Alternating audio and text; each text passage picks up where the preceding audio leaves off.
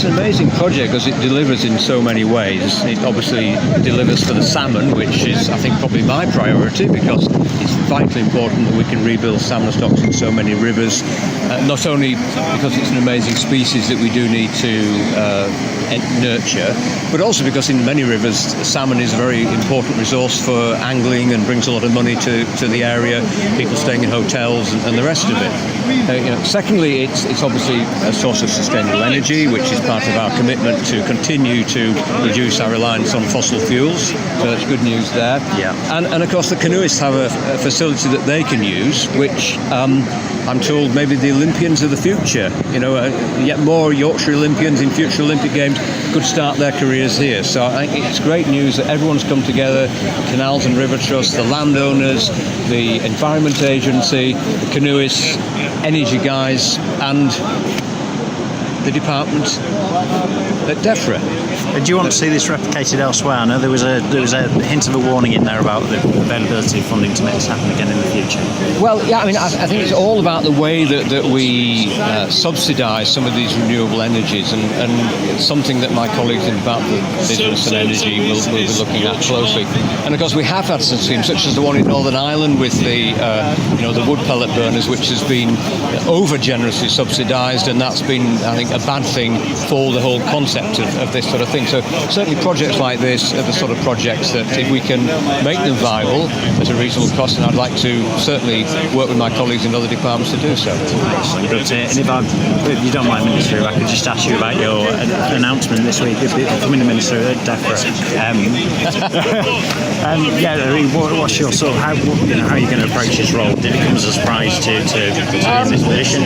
Well, it did come as a surprise, but then lots of my colleagues came and said, well, we knew it had to be you, Robert, because you understand agriculture. I've got a fishing constituency. I've worked for a long time with fishermen, fishing all species. So, and of course, I had 5 years in the European Parliament on the Environment Committee there.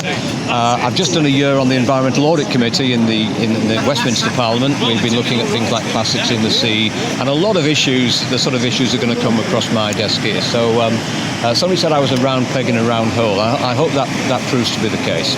And how do you assess the situation in farming at the moment? Obviously, we're getting close to the Brexit date, and there's a lot of concern about the implications of a no deal, the tariffs that might bring. And what's your view on the current situation? Farmers, like many business people around the country, are very apprehensive and nervous about the implications of a no deal hard Brexit, which is why everybody should be in the lobby with me and the Prime Minister on Tuesday to vote through the deal. I hope that the compromise that we can get on the Northern Ireland backstop will encourage more to do that. I was with the Prime Minister voting for the deal in January, and I'll be there again on Tuesday, making sure that we can deliver on the referendum result and get the deal across the line, because otherwise it'll be more uncertainty, and that's not good for business, not good for investment.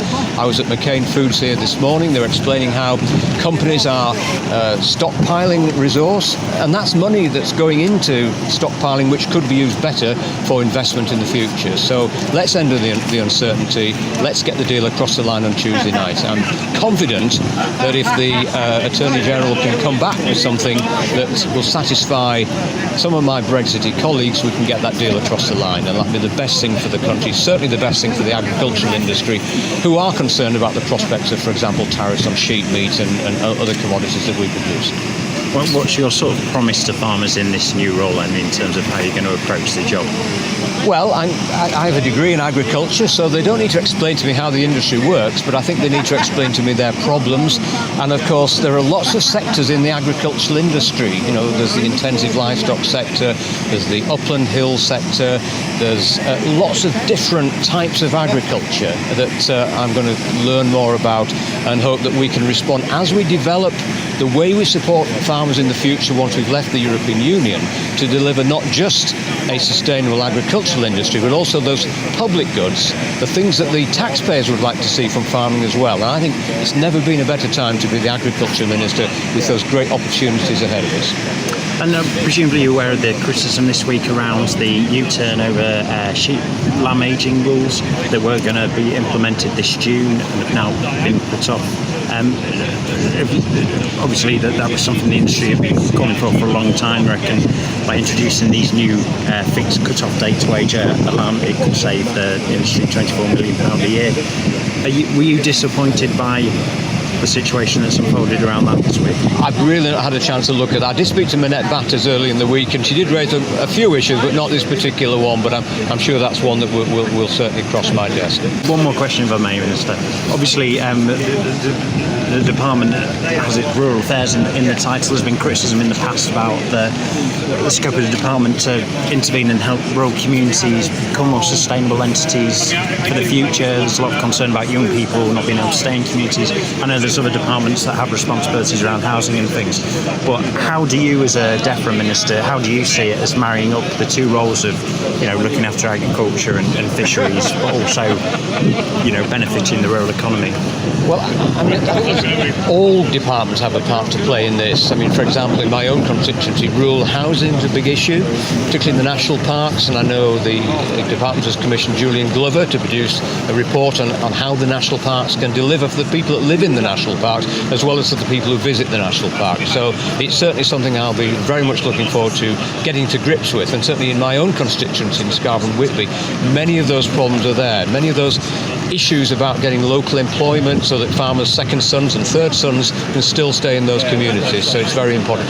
And getting more young people into farming, because, farmers like me are getting old, and we need to ensure that we can get new entrants into the industry. And one of the aspects of the agriculture bill is looking at ways we can get those new entrants, and we need to build on that. So a positive future for the industry as far as you see? I think the British agriculture has a great future not only outside the European Union, but also a great future delivering good food, first and foremost, but also the public goods that the taxpayers who are going to be paying for some of it, I think, can justifiably expect as a return for their investment.